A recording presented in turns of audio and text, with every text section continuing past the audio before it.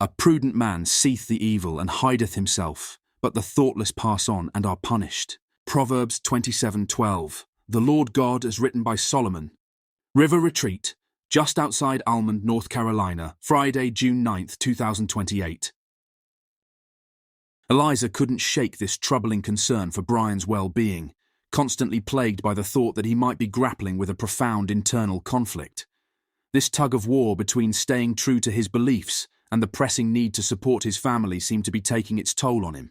Eliza, sweet Eliza, was left in the shadows, with Bryan's reticence keeping her from grasping the full extent of his endeavours. She was aware, though, that much was clear. He was entangled in some dealings with Theodore Geraldini, dealings that seemed to weigh heavily on his conscience. Eliza found herself filled with a deeper sense of gratitude toward Ted than in previous years, grateful that he had taken the effort to ensure Bryan was informed about the necessary precautions, like the removal of all smart home devices from the Almond residence, down to the very smart TVs themselves. Each project they had collaborated on seemed to pale in comparison to the gravity of this one. Yet despite the appreciation swelling within her for his forthrightness, there was no escaping the creeping apprehension that shadowed her thoughts regarding the implications of the information he disclosed. Ted's connections to clandestine government agencies, some so secretive that their very existence had eluded Eliza until now, only added to the weight of her uncertainty. The keep. As Eliza meticulously tallied the barrels of rice and beans, a quiet sense of discontent began to brew within her. She was knee-deep in calculations, pondering the sheer weight of sustenance required. Each substantial 50-pound bag of black beans, boasting some 800 ounces, was but a drop in the bucket of need. Dividing it into modest half-cup helpings, Eliza discerned that such a bag, when dissected into sustenance for 8 hard-working mouths and sealed away in mylar for preservation, could muster approximately 40 meals, a total of roughly 320 servings. Yet, as she scribbled and ciphered, Eliza couldn't shake the gnawing realization that it might not be enough. Her heart weighed heavy with responsibility. The food stores she counted represented more than mere nourishment. They held the promise of contented bellies for families and friends. The day's meticulous count of all the dry goods transcended mere routine. Each figure she noted stood testament to her deep-seated yearning that every loved one would have their fill. Yet the nagging question lingered. Would there ever truly be enough food to satisfy the long-term needs of all who depended on her and Bryan? A sudden, loud voice shattered the silence, jolting her from contemplations of beans, rice, and the myriad edibles meticulously packed in vast arrays of bulging mylar bags. At first a shock as she was so deep in thought, and then slowly, a smile crept upon her face as recognition dawned. The caller was none other than her youngest daughter, Lane. "Mom!" Lane yelled from the kitchen. "Where's the stew meat?" "Where it has always been. Look in the freezer down here," Eliza yelled back. "Oh, truly, the thought of that cramped cell hardly delights me," Lane declared with a note of forced levity in her voice. As she descended the stairs, a smile played upon her lips as she pressed the Murphy door, mimicking Rodney's actions at the famed Smithsonian Aerospace Museum. The charm of returning to her own peculiar den couldn't fully mask the wave of claustrophobia that washed over her at the thought of narrow confines. Yet, despite the snug entrance to the crypt amplifying her unease, a genuine gleam of contentment flickered in her eyes, for there was no place like home, no matter how constricting it might be. Lane could not help but marvel at how her mother, Eliza, who seemed to infuse even the simplest of tasks with grace. Her heartbeat synchronized with the steady humming of her mother, a soothing melody that resonated in the musty air of the crypt. The soft red glow inside the crypt lent a gentle illumination as Eliza meticulously took inventory, the entrance ajar, inviting yet another secret to be discovered. Lane stood in quiet admiration, the significance of her mother's presence in this place, grounding her like the deeply rooted appreciation for her family and what they do and represent. Lane looked at crypt, and while the way into the room didn't look like a bank vault door, it felt like it weighed the same. Grabbing the edge of the door and using her own weight to open it further, Lane entered the keep, although in her mind it was more of a crypt. Lane walked through a short hallway, finally entering the main room. This place still makes me think of the crypts where they buried people beneath the city of Paris in the catacombs," Lane quipped. "Bo!" Eliza jokingly said, as Lane looked at her like a millennial would and say, "OMG." "Lane, You know, one of the benefits of building a house along a river and against a hill, well, sort of a small mountain, is that from the outside, you can't see this room, the room your dad spent over 2 years building this house. Just imagine what people would say if they knew that there was a 1,800 square feet room, with walls made from steel-reinforced concrete, not 10 feet from them. Eliza thought about how the river retreat is immersed in the gentle embrace of nature. Lane continued, "Oh sure, Mom, because the next ice age is totally happening in our garage, right? What are we aiming for? A personal glacier? Or are you just planning to single-handedly reverse global warming with our family's collection of a haven of tranquility, shielded from the prying eyes of the world?" Funny enough, Eliza thought of the realtor's advertisement on the parcel of land they had bought to build the river retreat. Eliza smiled, recalling the description. Here, the river meanders with purpose, bestowing upon the opportunistic few who seek refuge in their seasonal abodes, a panoramic vista that stretches both upstream and downstream. Though the majority of the plots that had been sold and the dwellings built on them are left to the intermittent care of their absentee owners, those part-timers and townies, a handful of souls, have woven their entire lives into the fabric of this place. The community, albeit small, is sliced in two by the very river that defines it, a collection of residents on the east side and their counterparts on the west. The latter is a stone's throw from civilization, readily accessible via the hum of a main artery, where vehicles come and go with ease. In stark contrast, the east side, hosting a mere quartet of homes, nestles at the terminus of a 5-mile stretch of untouched earth, affirming its communion with the surrounding landscape. Within this enclave, those few who call the river retreat their constant home have found kinship, an alliance of hearts and hands, founded on the principles of unwavering support and reciprocal care.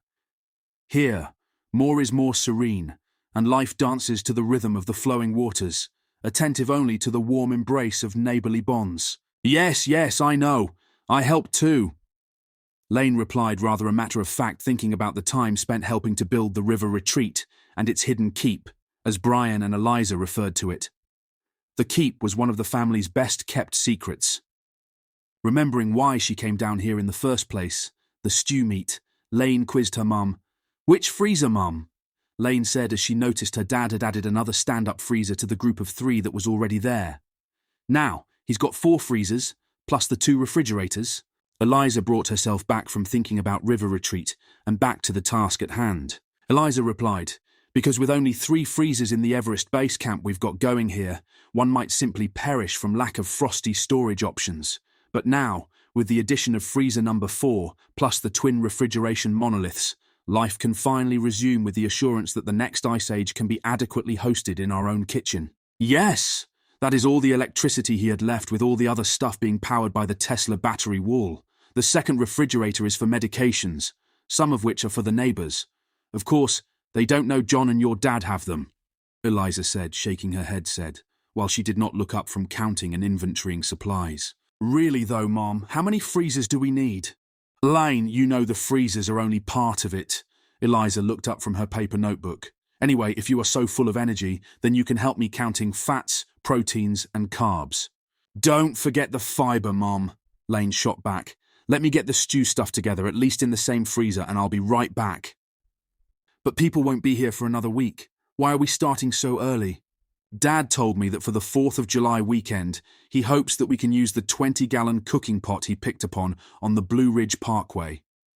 Everybody in the mag was told the weekend's food centered around the cauldron never going empty, Lane said. The mag was the Mutual Assistance Group, a group of like-minded people who committed themselves to supporting each other. Some even came from as far away as Arlington, Virginia, and Lane came from Savannah, Georgia.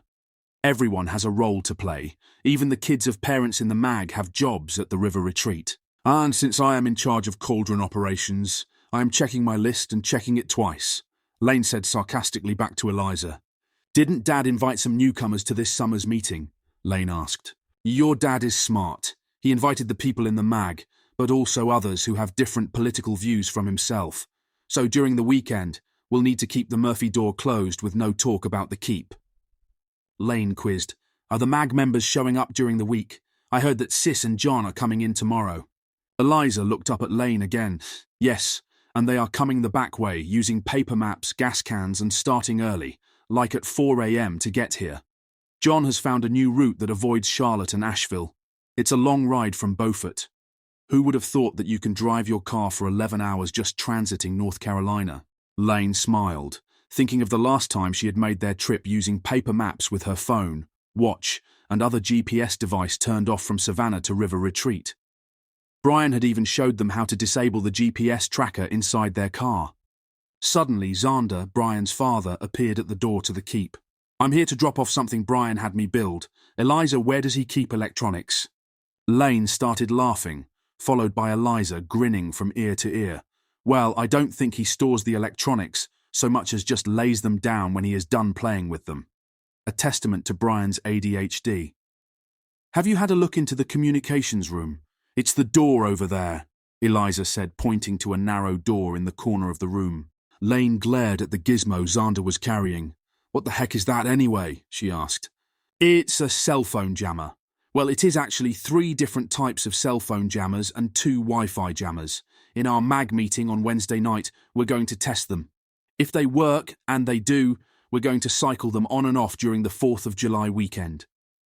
"What Wednesday night meeting?" Lane asked. "Oh, I thought I had told you.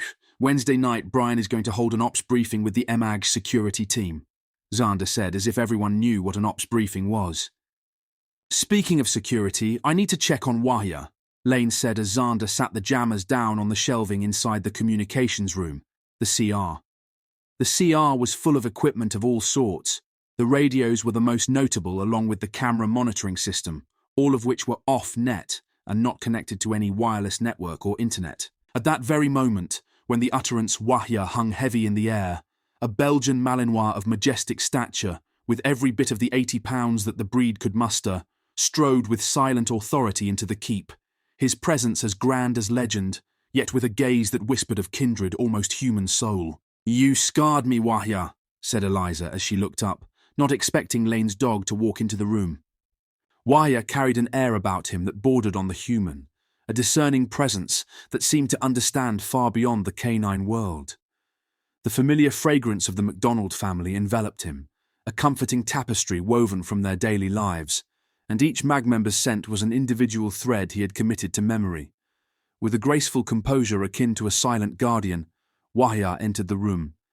His gaze became a piercing study, unwavering in its focus on Lane, manifesting a protective aura for his known companions, yet promising a formidable challenge to any unwelcome stranger who might dare intrude. Wahya had been given to Lane for protection when she moved to Savannah. The dog had sort of a sixth sense, and was able to fully understand Lane in almost everything Lane said to the animal. Wahya locked eyes with Lane and made a head tilt to his left twice. Without a word, Lane nodded her head up and down, and the dog turned and walked upstairs. "What the heck was that?" Xander asked. Lane smiled. "Wahya and I have been working on non-verbal commands. That one, the head tilt to the left, means Wahya has something he wants to show me." "What if it is important? What I mean is, the tilt of a dog's head isn't a signal that gets your attention unless you are looking at him," Eliza quizzed. "Well, did you notice? Xander, did you?" Lane responded. "If I hadn't been looking at him, then no, I wouldn't," Eliza said, turning her own head like a dog when hearing a whistle. "The fruits of our diligent practice are now blooming," Lane replied with a gleam of satisfaction in her eyes. Lane thought with pride. Wahya will persist in his graceful gesture, an eloquent tilt of the head, holding his gaze until I acquiesce with my own subtle dip of acknowledgement. For weeks we've danced this silent ballet, cultivating a language all our own. The compulsion for silence lays strong upon us. Any vocal utterance from him would disrupt the tapestry of tranquility we weave. Thus, we devised this silent symphony, a lexicon of gestures, each a word unspoken yet understood. He and I, we are attuned beyond the ordinary, hearkening to the whispers of movement. Xander looked at Lane and smiled. His granddaughter has the patience of Mother Teresa, he thought. Wahya and Luna. In truth, it was Xander who had sweet-talked Bryan into presenting Wahya as a cherished companion to Lane. Intent on maintaining equality and steering clear of favoritism, Bryan had generously bestowed upon Lilibeth a canine friend as well.